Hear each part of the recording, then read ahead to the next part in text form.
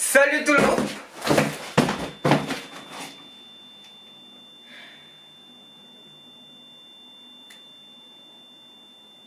Salut tout le monde, j'espère que vous allez super bien. Oui bon, déjà je débunk un truc, j'ai plus de locks. Ça, comme ça au moins c'est terminé. Aujourd'hui les gars, on va se mater les petites figurines Ichiban, Kuji, Dragon Ball versus Omnibus Ultimate. Et je sais pas c'est Ultimate pour qui, c'est pour Bandai ou pour nous, mais en tout cas tout ce que je peux vous dire c'est qu'il y a de quoi dire, de quoi débattre et surtout de quoi gueuler parce que c'est une honte, mais ça on verra ça après. Donc aujourd'hui les gars, parce que bon bah je pense que c'est celle que vous attendez le plus, vous attendez le plus mon avis sur la petite Buwan. Donc on va faire le petit tour de la boîte. C'est le loadé, voici le devant, le dessus, le côté, le derrière et l'autre côté. Je sais pas, ils ont voulu se la jouer un peu à la street ou j'en sais rien, des effets flammes très bizarre. Bon, le devant de la boîte reste basique, plutôt cool, du Dragon Ball Z, voilà, c'est Masterlize, mais vous allez voir qu'il y a quand même beaucoup de choses à dire sur cette Buwan qui était très attendue par les fans de Dragon Ball. Et franchement, encore une fois, il y a de quoi gueuler. Donc voilà, nous sommes avec la bestiole, la bébête, la petite Buwan qui fait tant parler à cause de ça. Et ce détail qui a son importance n'est pas le seul petit problème de cette Buwan, mais ça nous verrons ça après. Donc pour le coup, comme vous pouvez le voir, voilà, elle est assez grande pour un coût de 69 €. La sortie n'a pas été excessive en termes de prix, même pour la Ozaru, vous le verrez dans la prochaine vidéo, ça n'a pas été aussi excessif que ce qu'on aurait pu penser. Je pense que Bandai se rendait compte aussi des erreurs, on va dire, de fabrication qu'ils ont commis, parce que de toute façon, je pense qu'il y aurait eu encore moins d'acheteurs si les prix étaient plus excessifs que ce qu'ils étaient.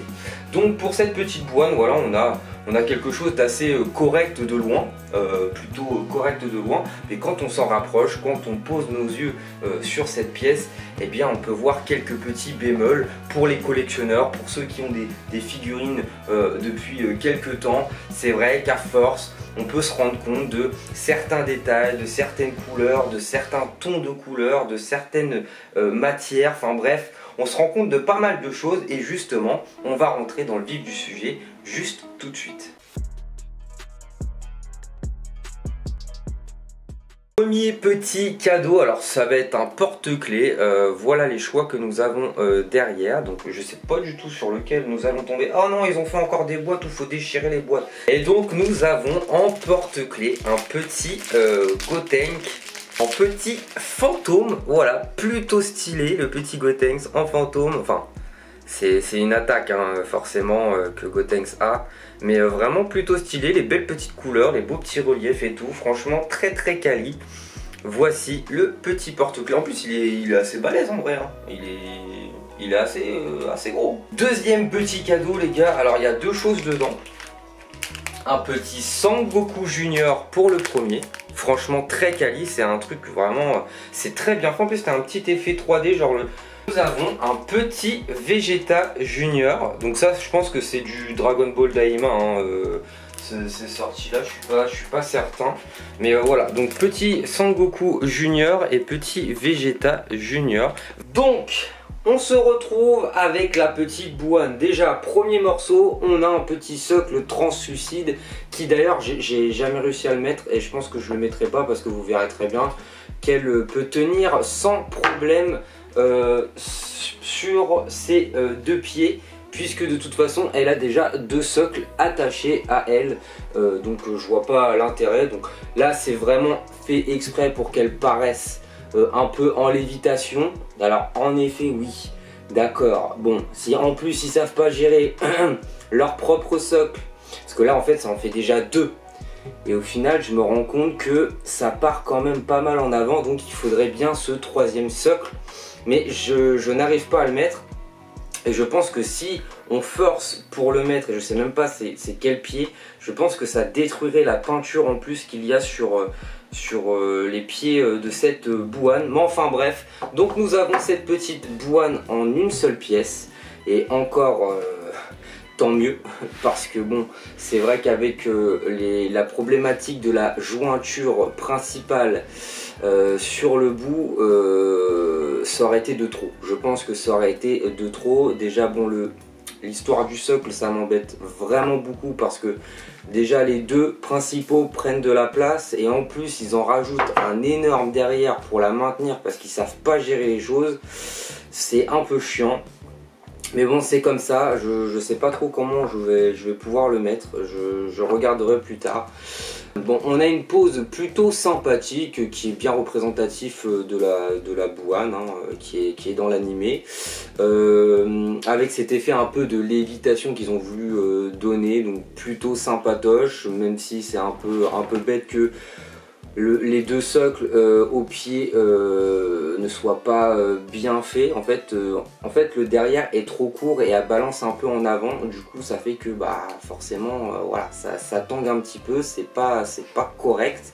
Il y avait des gens, enfin il y a des gens qui étaient un petit peu mécontents aussi de la colorisation des habits, de cet effet plastique qu'on retrouve sur cette bouane. Et moi je suis un petit peu d'accord, même s'ils ont voulu faire un petit effort sur le pantalon où il y a des teintes un peu plus noires, un peu plus gris foncé, gris clair, enfin bref, ils ont voulu donner un aspect d'ombrage sur l'habit. Bon, ça reste relativement correct, mais c'est vrai que sinon c'est un peu effet pâte à modeler durci quoi, enfin voilà, sans déconner. Je trouve que sur cette sortie, il n'y a aucune figurine qui s'en est bien sortie. Sincèrement, il n'y a aucune figurine qui s'en est bien sortie. Là, j'ai un petit défaut sur le pied. Je ne sais pas si vous allez le voir.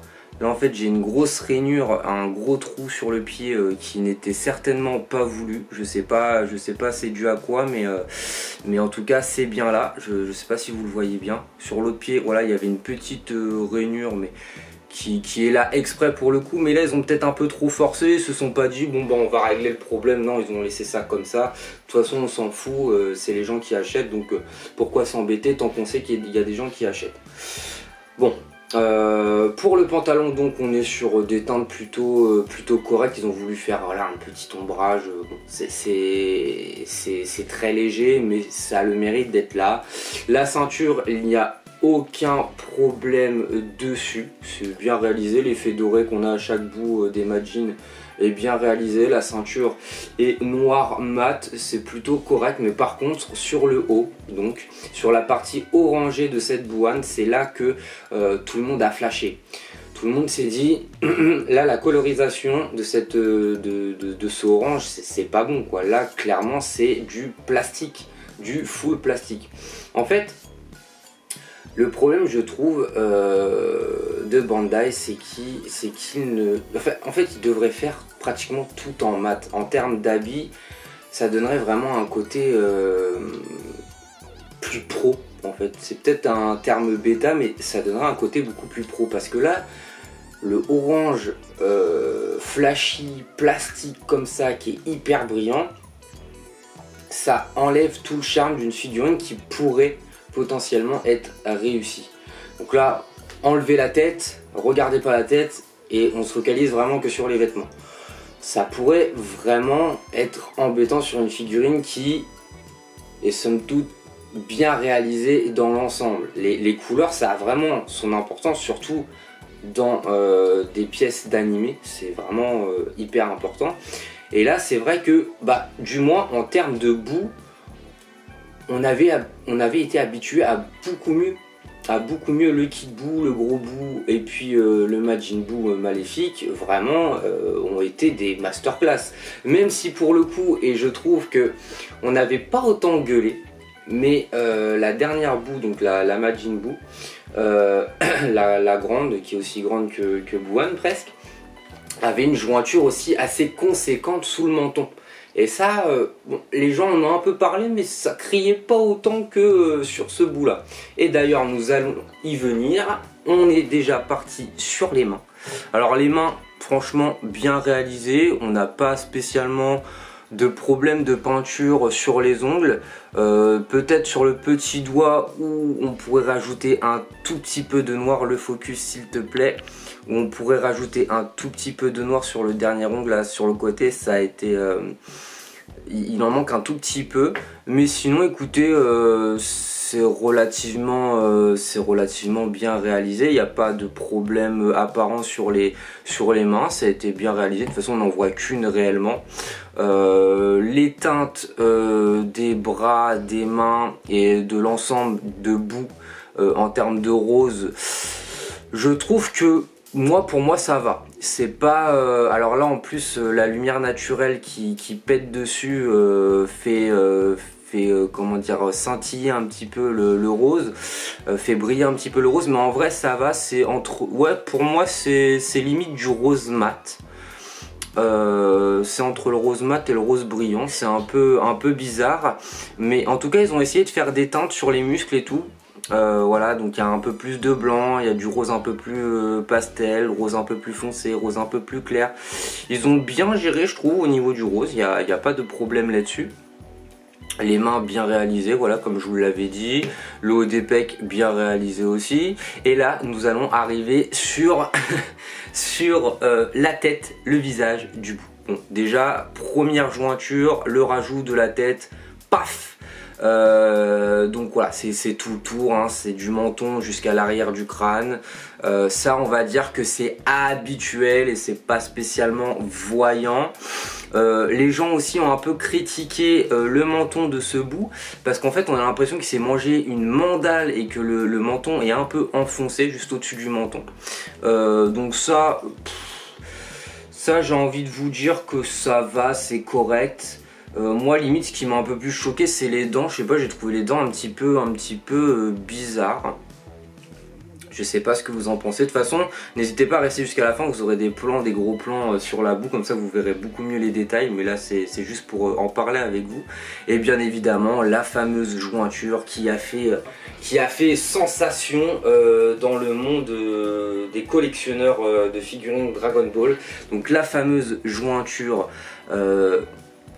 ici sur la queue de cette Bouane, voilà, qui fait tout le tour de la queue, littéralement tout le tour, qui est vraiment en plus mal fait, mais vraiment mal fait de fou.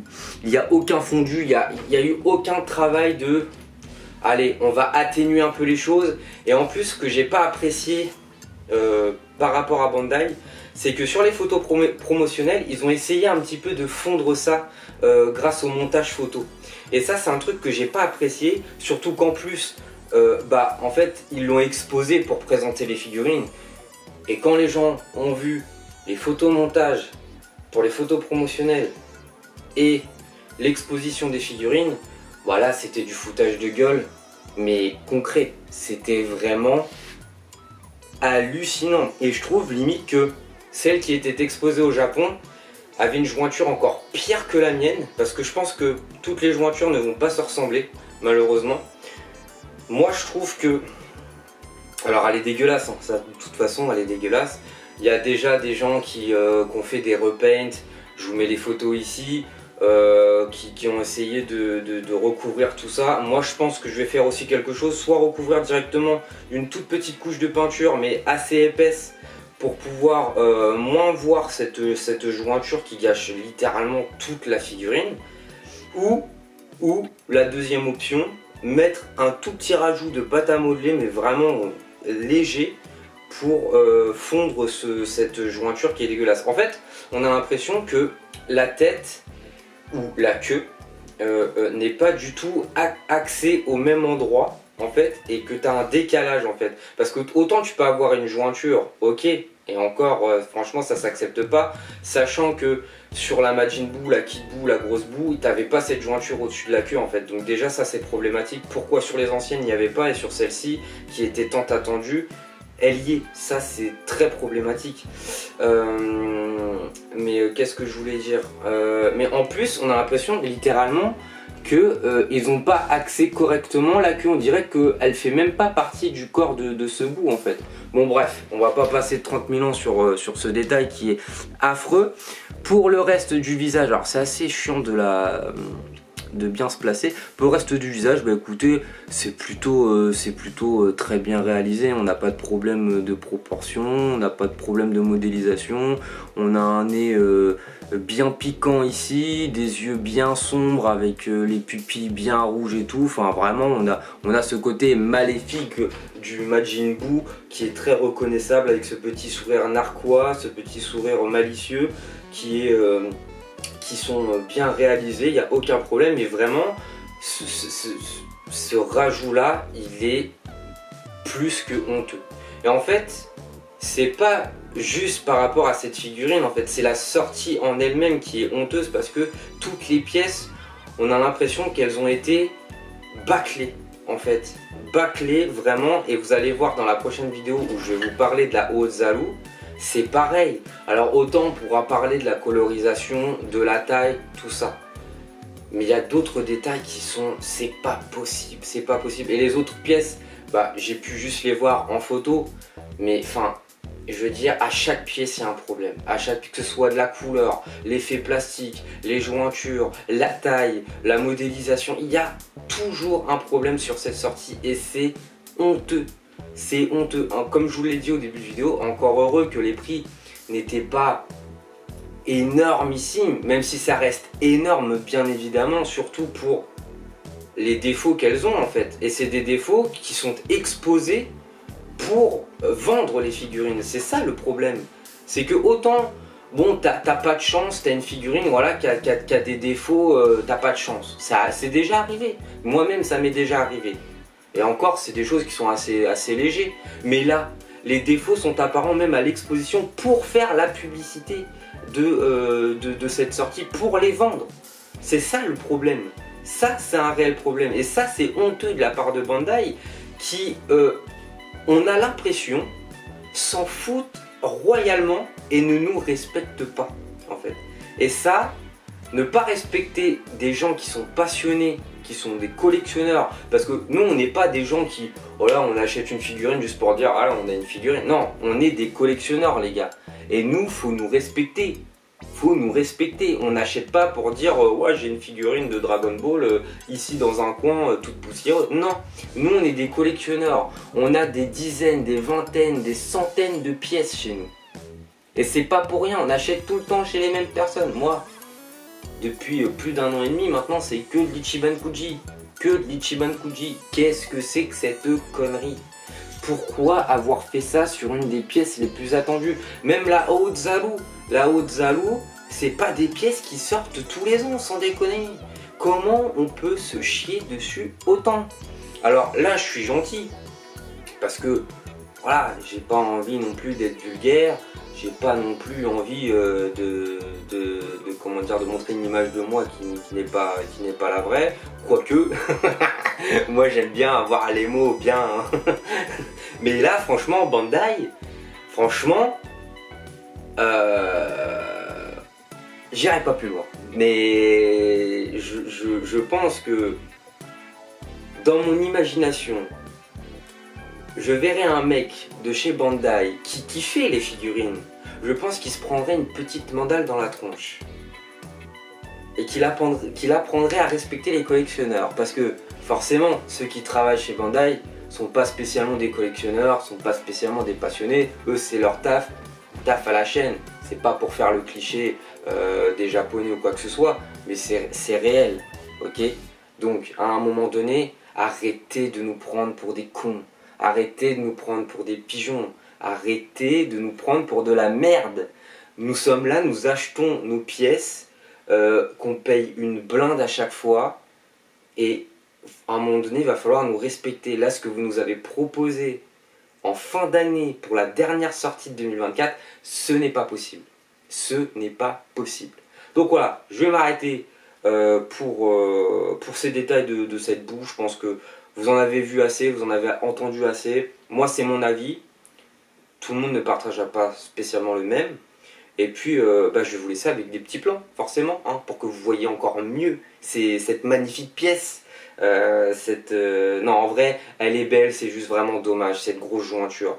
C'est vraiment la grosse jointure qu'il y a ici qui gâche absolument tout. En termes de la colorisation, on a un peu l'habitude d'avoir des fois des teints un peu fades, un peu plastiques, mais cette jointure là n'est pas acceptable. Donc voilà, on va s'arrêter là, je vous fais la petite outro et après on se laisse avec les petits plans qui vont vous faire, je pense, sauter de vos sièges. Bon voilà les gars, c'est terminé pour cette petite bouane de cette dernière Ichiban Kuji Dragon Ball versus Omnibus Ultimate. Ouais bah c'est l'ultimate du cul, moi je peux vous le dire. Bon enfin bon bref, donc pour la prochaine vidéo on va passer sur la Golden Ozaru qui va être tout aussi intéressante, voire quand même mieux je pense en termes de détails qui ne font pas plaisir, parce que là c'est grossier certes, mais vous allez voir que la Ozaru elle en cache aussi pas mal. Bon sur ce je vous fais plein de gros bisous, merci encore une nouvelle fois à Franck et Jérôme pour leur rapidité, leur sérieux. Je peux vous jurer que comment dirais-je, du plastique à bulles là, c'était blindé. Le colis peut rien y arriver, c'est impossible. Et en plus, j'ai même pas été livré par FedEx mais par un mec de Chronopost. Donc quand j'ai vu Chronopost, moi qui ai déjà travaillé, je peux vous jurer que j'ai flippé ma mère parce que je sais comment ça travaille là-bas. Et j'ai eu peur pour le colis, mais à l'intérieur c'était nickel. Il y avait du plastique bubule partout, il y avait du carton, des machins, les boîtes ont zéro pète. Non franchement c'est nickel. Donc merci à Japenco, merci à ceux qui regardent mes vidéos encore une nouvelle fois. Et puis n'hésitez pas, hein, lâchez la dose de commentaires, n'hésitez pas à donner vos avis sur la figurine, c'est surtout ça qui est intéressant, comme ça on peut débattre, on peut en parler, et puis peut-être on va se soulever, nous le peuple des collectionneurs, contre Bandai, hein, et peut-être les faire réagir, parce que là s'ils nous font ça l'année prochaine, c'est pas possible, surtout pour des personnages qui sont aussi attendus. Donc voilà les amis, je vous retrouve avec les petits plans, et on se dit à très vite pour la Golden Ozaru. Peace, et pas sur moi. Pouh!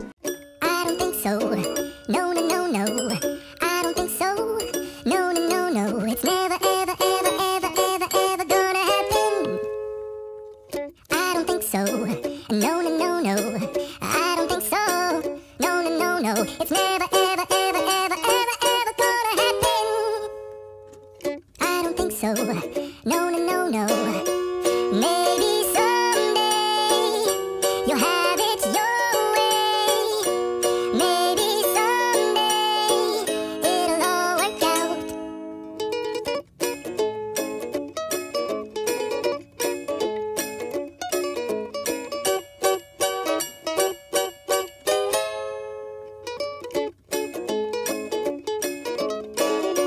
Maybe someday you'll have it your way. Maybe someday it'll all work out. Until then, nope, a nope, definitely nope.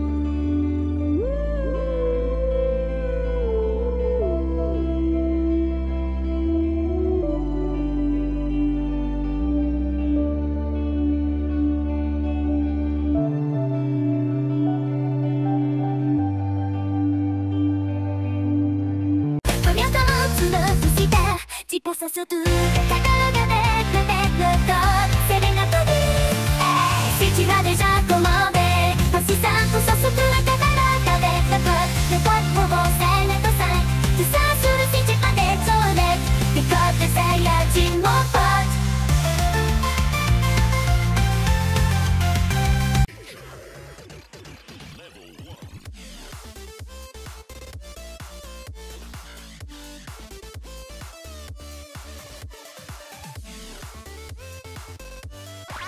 Hey!